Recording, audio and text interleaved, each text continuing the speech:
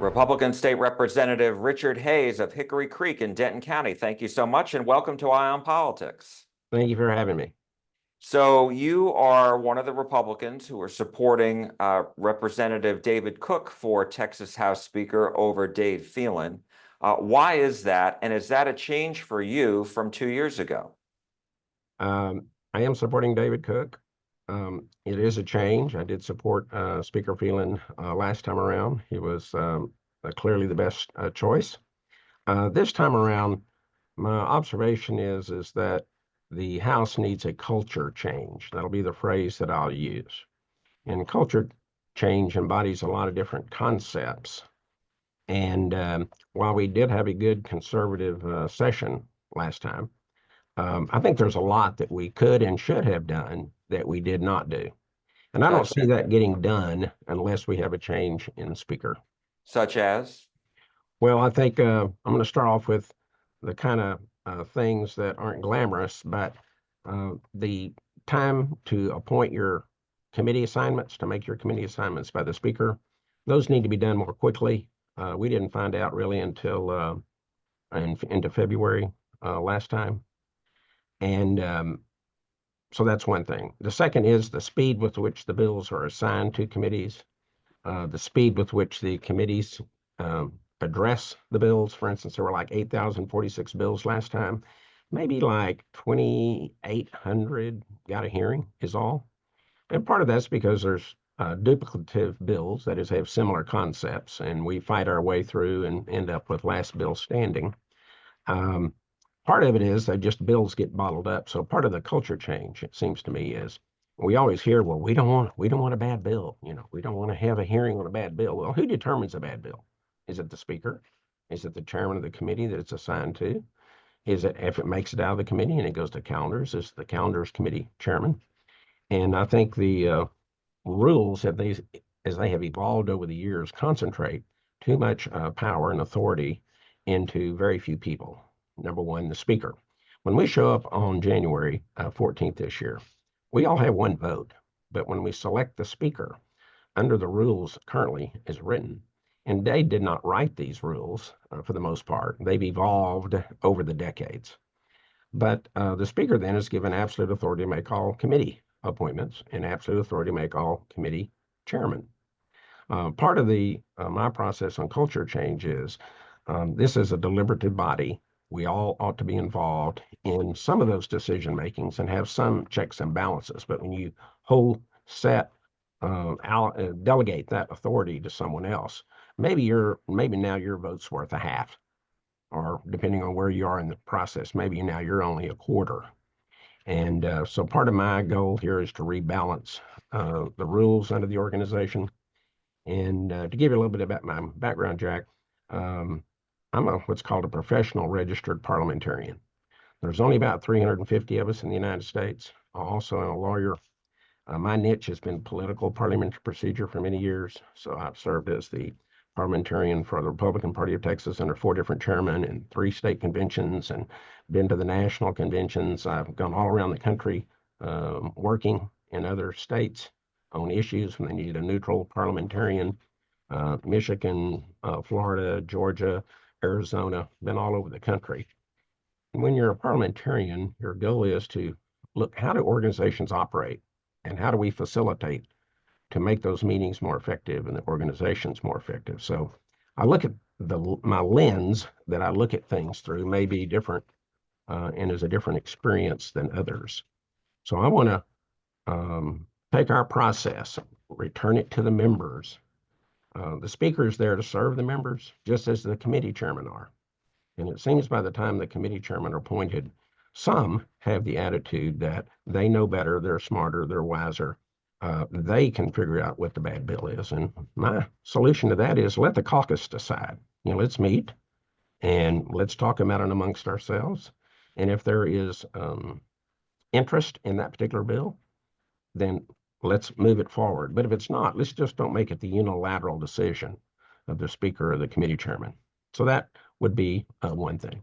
And then the point is getting it done sooner so that we can get it out of the committee sooner, get it to calendar sooner, get it on the floor sooner, get it to the Senate sooner. And I think a lot of the legislation that we worked up last time just never saw the light of day because we were so late in the process. So that requires I think, a culture change. Let me ask you, when you made your decision and decided to back Representative Cook over Speaker Phelan, had you brought your concerns to each of them? And is this a case where Representative Cook supports what you're saying and the Speaker does not? I would say, and it even was a step before Cook. A number of people announced for speaker. One was Dr. Tom Oliverson. I got on the Tom Oliverson bandwagon pretty early. There were a total of, I think, four others whose names came up. There was a meeting back in October where about 48 of us got together, and we just worked through the process of each of those potential nominees. And David ended up receiving the support of that group of 48. In that process, to answer your question, yes, I spoke to all of them. Shelby Slauson, Dr. Tom Oliverson, David Cook, um, John Smithy, all the people who were seeking that particular position. Interestingly, all of them were in favor of the type of changes that I have suggested to you. And then by the same token, at various times during the session last, I would communicate either the speaker or what I call his lieutenants, raising some of my concerns. And since all this happened, I've had the opportunity to visit with the speaker. So I've made my concerns known. You spoke of the House GOP caucus, and I know they're meeting on Saturday, December 7th, and to talk about who they back as a caucus for Speaker. Yes. And there are 88 House Republicans coming into the new session starting on January 14th. The magic number on January 14th is 76. That's all the Speaker needs to win. And I'm wondering, because there's this whole dynamic of, should Democrats help decide who the Speaker is? And so I'm wondering, how do you think this is all going to shake out? Because Representative Cook initially released his list of 48. It may be down to 47 now since one person on the list didn't win. There may be others, I'm not sure, but I'm just wondering, has he increased his support? Do you know? You're talking about David Cook? Yes. Yes, is my understanding he has. I think that to answer your question, when we meet on December the 7th, under the RPT platform, Republican Party of Texas platform, and then under our House Republican caucus rules, they contemplate that the caucus will come up with a nominee. That was in the platform. We adopted that a couple of sessions ago. And the theory is we stay there until we come up with a consensus choice so that the Republicans are choosing the speaker since we're the majority party. And then knowing that you have a majority vote, then you take it to the House floor. Specifically under our caucus rules, the rules contemplate a 60% of the 88 or 53. So we can get to 53 votes in any candidate. That will be the caucus nominee. And then our bylaws further provide that whoever the caucus nominee is, everybody agrees to support that particular candidate. So for arguments purposes, we're really looking at 53 for December the 7th. And so you believe then whoever wins, whoever has the 53 votes on December 7th should be selected as Speaker That'll then. be the next speaker. Yes, sir. And let me ask you, because I spoke with former Governor Rick Perry, who told me that Speaker Phelan, who he supports, has the votes. And he said that he knows how to count. So what do you say to that? Well, of course, I have great admiration for former Governor Perry. I would say that we know David has 47 that have come out publicly for him, and maybe about 12 have come out publicly for Dave Phelan. I would say I don't see a pathway for Phelan to make it to 53. With 47, which is more than half of the 88 caucus, the pathway really is there for David Cook, and I feel pretty encouraged that in fact he will be the nominee coming out of the caucus. And one thing that Governor Perry told me and others who support Speaker Phelan have told me is that Texas had very conservative sessions. You said that yourself, had very conservative sessions, and that would continue under Phelan. And they also say that Republicans still need Democrats because to pass any constitutional amendment, there needs to be 100 in the House, and there are only 88 Republicans. So what do you say to those arguments? Well, it is true. It requires 100 under our Constitution. So we don't have a super majority where we can just by fiat deem what's going to happen. The reality, Jack, is that about 80% of our legislation that we pass is nonpartisan. It doesn't matter if it's Republican or Democrat. If we're building a new highway or we're putting in a new water source or broadband in rural Texas, those are nonpartisan issues. So that leaves then about 20% of our legislation that is. For instance, going back to the tax cut that we implemented last session, that was pretty much a nonpartisan undertaking. Republicans and Democrats both got on board. It did require a constitutional amendment. We did put it to the vote of the voters, and the voters approved that. I would say on the nonpartisan legislation, that will continue to be the case. Quite frankly, we have a pretty good working relationship with many of the um, Democrats in the House. I look forward to that continuing to be the case. But the mere fact that, we had what last time, 13 constitutional amendments. Yet at the end Yep. of the day, we had about 1,140 bills that passed and that the governor signed. So it's a pretty small percentage. 1% of our bills are going to require constitutional amendments. So you can't let that just grind you to a halt. And most of those will be nonpartisan in nature. So I think that, yes, we need to work together.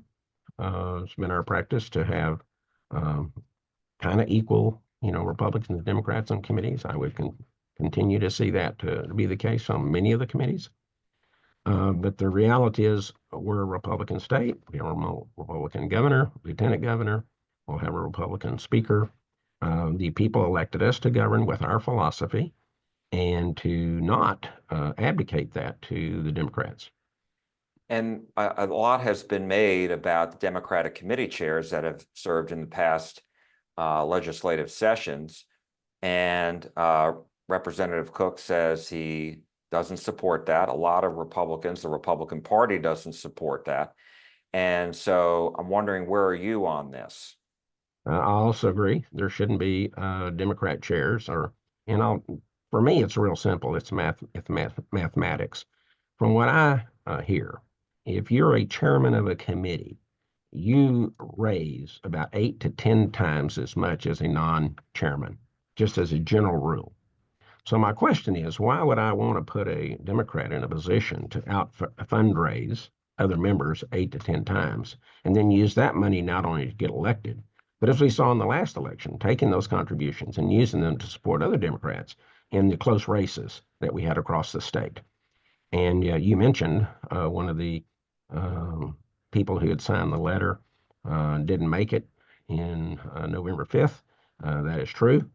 And a lot of that money, some of the money that came for his opponent came through that very process that we just described. So I'm saying there's a better model to run the government. And in my opinion, that model is to have the majority party having the chairmanships. And do you think that not having Democratic committee chairs will impact negatively, because you said that you have and other Republicans have a good relationship working with Democrats? Will that negatively impact in any way? It could. I think it'll be minor, just because, as I mentioned, most of our legislation is nonpartisan, so it doesn't really matter. I think that the Democrats know this has been a building issue. It was part of the Republican Party of Texas, uh, platform for the last several sessions. It was a legislative priority last session. It is a legislative priority this time. So sometimes you have to plant the seed and water it and let it grow. And I think it's in full bloom now. And from the several Democrats that I've spoken to, they understand that that's coming. And my last question on this topic is, there's been a lot of back and forth between Speaker Phelan and Lieutenant Governor Dan Patrick. And if Speaker Phelan does retain the gavel, my question to you is, how concerned are you that the back and forth between them will impact what gets done in Austin? I think that's a fair question, Jack, because I think that has impacted some of our legislation.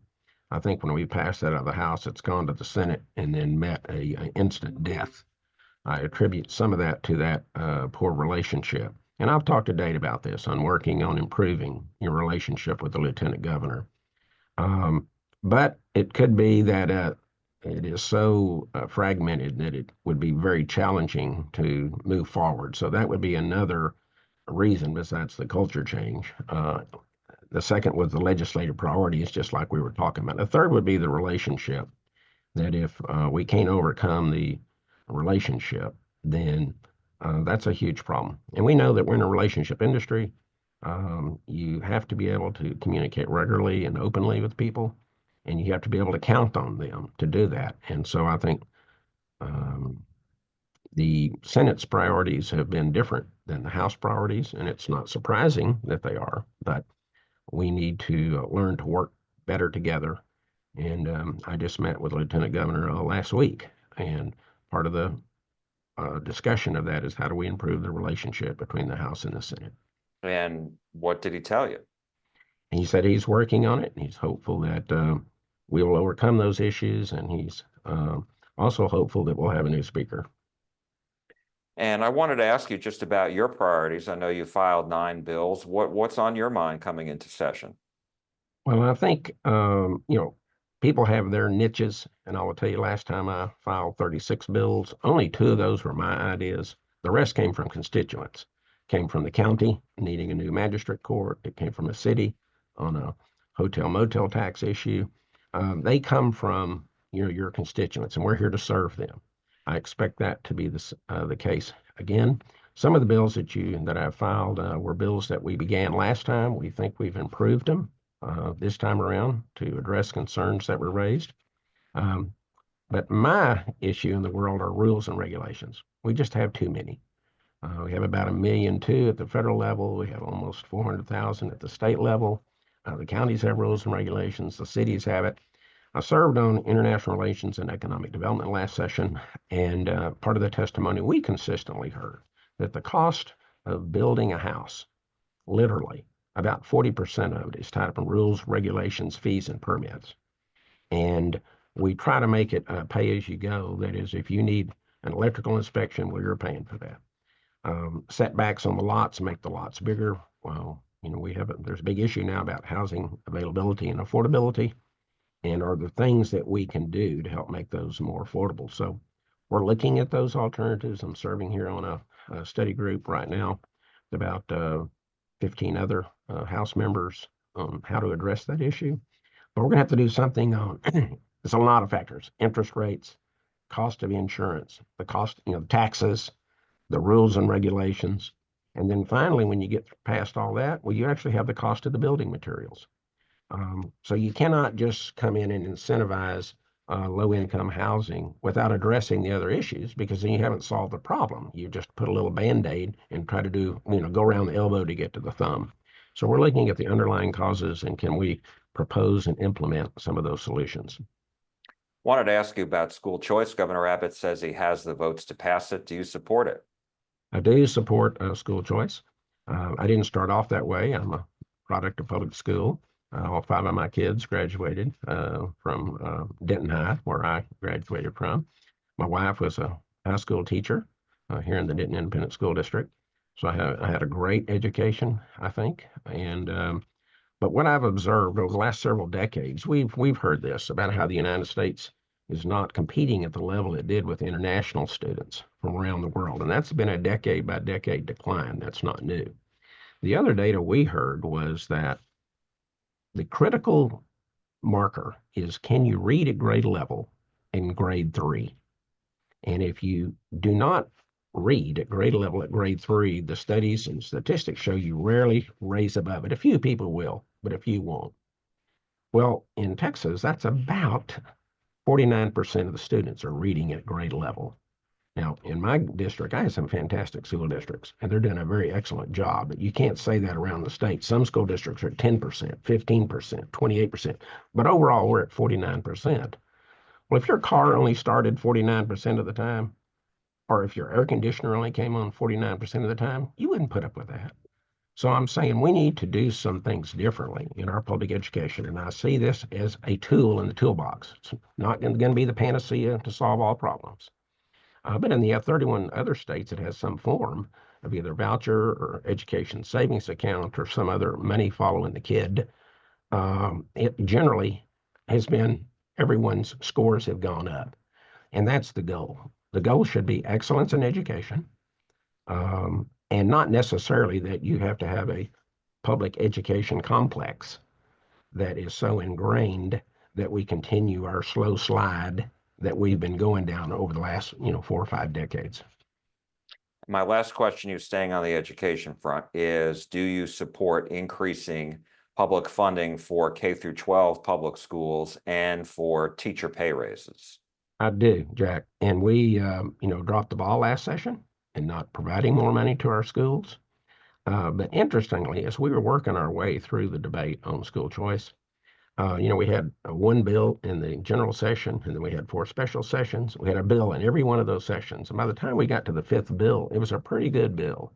But the um, emotions were so high at that point. No one were really reading the bills and understanding all the implications. And I just thought we had so much rhetoric on both sides that it was going to be universal school choice, but reality, we only had budgeted $500 million, which sounds like a lot of money, but it was only enough for 45,000 kids. It was less than 1% of all the kids.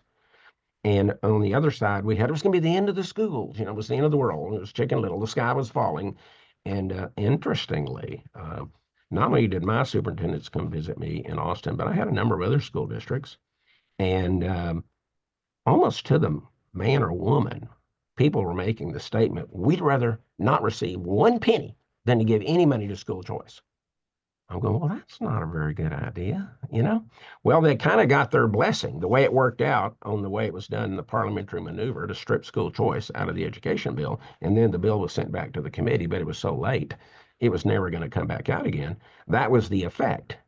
And now I kind of chuckle when I hear the superintendents going, we don't have any money, we're broke, we have to have more money. And I'm going, well, I think you got what you asked for. And but we shouldn't we should have given them more money. We do need to raise the basic allotment. The things that are hurting the school districts right now are transportation costs, special education costs are very large. Safety, we underfunded school safety programs. We implemented it, but then miscalculated what the cost was going to be. Those are some of the 3 of the big ones. There's a couple of others, but we must invest more in our public schools. We want our public schools to be successful, and I'm committing to help making them successful. And at the same token, the idea of school choice, these are not mutually exclusive concepts. If you're saying my overall goal is excellence in education, it's just another tool in the toolbox. Representative Richard Hayes of Hickory Creek in Denton County. Thank you so much. We appreciate it. Happy Thanksgiving to you. You're very welcome, Jack. Thank you, sir.